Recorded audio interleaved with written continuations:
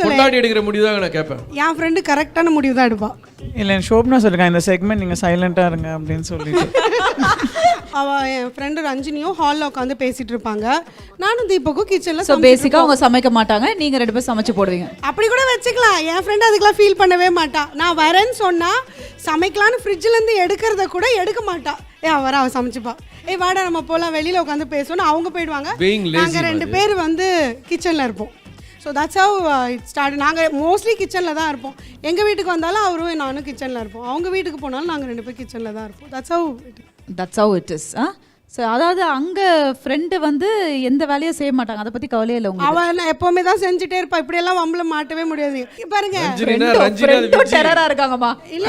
இல்லை அவங்களோட ஸ்ப்ரெட்டை மட்டும் நீங்கள் பார்க்கணும். இவர் எப்படி ஒரு நை கேரக்டர் தெரியுமா? அந்த ஃபுட்டு விஷயத்தில் இது இருக்கணும் அது இருக்கணும். அவள் வந்து நான்லாம் என்னங்க குக்கு, நான் வந்து இந்த ரெசிபி போடுறேன். 4 பெண்களுக்கு மத்தியில் இப்படி உட்கார வச்சு தாளிக்கிறாங்க என்ன போட்டு. இல்லை அந்த சீரியஸ்லி நான் சொல்கிறேன், இவரோட ஹெல்த் மெயின்டைன் பண்ணுறது என் ஃப்ரெண்டு தான். ஆக்சுவலி மெனக்கட்டு சமைச்சு எடுத்துகிட்டு போவான். ஆனால் அவர் என்ன சாப்பிட்டாருன்னு நம்மளுக்கு மறுநாள் தான் தெரியும். எப்படி இப்போ சாப்பிட்டு எப்படி மேம் சாப்பிட்டு யோகாக்கு வந்துடுவாரா, யோகா பண்ணிட்டு சாப்பிடுவாரா? ஆக்சுவலி இவ்வளோ இது பண்ணுறாங்க எல்லாம் சொல்கிறாங்கல்ல, ஆக்சுவலி இதுக்கு அப்படியே ஆப்போசிட்டாங்க. கிளாஸ்க்கு வந்தார்னா அவர் தான் ஃபஸ்ட்டு வந்து கிளாஸில் எல்லாருமே வந்து மேய்ப்பார். அவர் தான் வந்து எல்லாரும் வாங்க ஆசனா பண்ணலாம், இது பண்ணலாம், நெக்ஸ்ட் இது பண்ணலாம்னு சொல்லி. இன்ஃபேக்ட் ரஞ்சினி மேமையும் அவர் தான் வச்சுட்டு இருப்பாரு. ஆனால் இவர் இங்கே வந்து அப்படியே உல்ட்டாவாக சொல்கிறார், எதுனாலும் ரஞ்சினி தான் அப்படின்றாரு. நாங்கள் கிளாஸில் இவர் சொல்கிறது தான் அங்கேயும் அவங்க கேட்டுட்டு இருப்பாங்க. இது வேறையா? மாஸ்டர் தான் எங்க மாஸ்டரே வந்து கலாய்க்கிறாங்க இப்போ. அவதான் மேய்க்கிறா ஆக்சுவலி. அப்படிலாம் சொல்லிட்டோம். உங்க ஃப்ரெண்டுனால நீங்க சப்போர்ட் பண்ணாதீங்க. என்ன அவங்க தான் இல்ல, அவங்க ரஞ்சினி அக்கா சப்போர்ட் பண்ண வந்திருக்காங்க, நான் வந்து தீபக் அண்ணாவை சப்போர்ட் பண்ண வந்திருக்கேன். நான் சப்போர்ட்லாம் பண்ண வரல, உண்மையை பேச வந்திருக்கேன். நீயா நானா?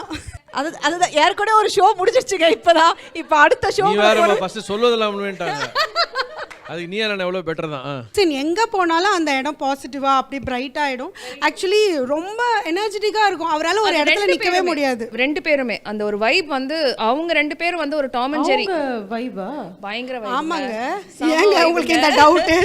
ஃபுல் ரோஸ்ட் கொண்டாட முன்னாடி அம்மா அப்படியா திரும்பறானான்னு பாருங்க. திரும்பமா சைடுல நான் வெளியில வரேன். தைரியமா நாளைக்கு திரும்பி தான் பாருங்க. க்ளோஸ் ஆக போறீங்கன்னு அர்த்தம். ஃபர்ஸ்ட் வந்து நாங்க தாளிப்போங்க பொரிப்போங்க, அதுக்கு அப்புறமே வந்து நாங்க வந்து நார்மல் ஆயிடுவோம். இது வந்து உங்க 3 பேரும் சமாளிக்கிறீங்க, கஷ்டம் போல இருக்கு. எல்லாம் ஒரே கேட்டகரியா கரெக்டா ஒரே மாதிரி வைப். நீங்க இல்லனா கூட நாங்க இப்படி தான் வீட்ல உட்கார்ந்து இப்படி பேசிப்போம். ஷோபனா இப்போ நீங்க இவ்வளோ பார்க்குறீங்களா, யோகா கிளாஸ் வந்துட்டு கவிதா வந்து இப்போ 8:30 to 9:30 கிளாஸ்னா கவிதா வந்து நாங்கள் ஒரு 8:30 to 9 ஒரு வார்ம் அப்லாம் முடிச்சு வச்சுருவோம். லக்ஷ்மி இவ வந்து 9 o'clock தான் ஒரு என்ட்ரி. ஓகே, கவிதா என்றானாலே ஐயோ இன்னைக்கு என்னடா சம்பவம் அப்படின்னு தான் இருக்கும். அப்போ ஃபுல்லாக வந்துட்டு அவள் அப்படியே ஒரு ஸ்கேன் பண்ணுவாள். அப்போ தீபக் வந்து ஒரு சைட் பண்ணிட்டு இருப்பா. கவிதா கிட்ட வந்த உடனே தீபக் வந்து டென்ஷன் ஆவான். கவிமா நான் மேக்ஸிமம் பண்ணிட்டு இருக்கேன், இதுக்கு மேல என்ன எதுவும் பண்ண சொல்லாதன்னு. ஒன்றும் இல்லை, நான் தானா வளையும் நான் உடம்புன்னு லிட்ரலி மேலே ஏறி உட்காருவா. நான் வந்து முடிஞ்சா உங்களுக்கு ஒரு சில ஃபுட்டேஜஸ்லாம் அனுப்புறேன். நான் வந்து அண்ணா மேல காலில் ஏறி நின்று குதிக்கிறது, அப்புறம் அவர் மேல நான் ஆசனா பண்றதெல்லாம் இருக்கும். அவங்க சொல்லுங்க, அது ரஞ்சினி தானே உங்களுக்கு ஃபோன் பண்ணி சொல்லியிருக்கா? சீ இல்லங்க, ஏறி மிதிக்கணும். அவங்க சம்பளம் கொடுத்துட்டாங்க அதுக்கு.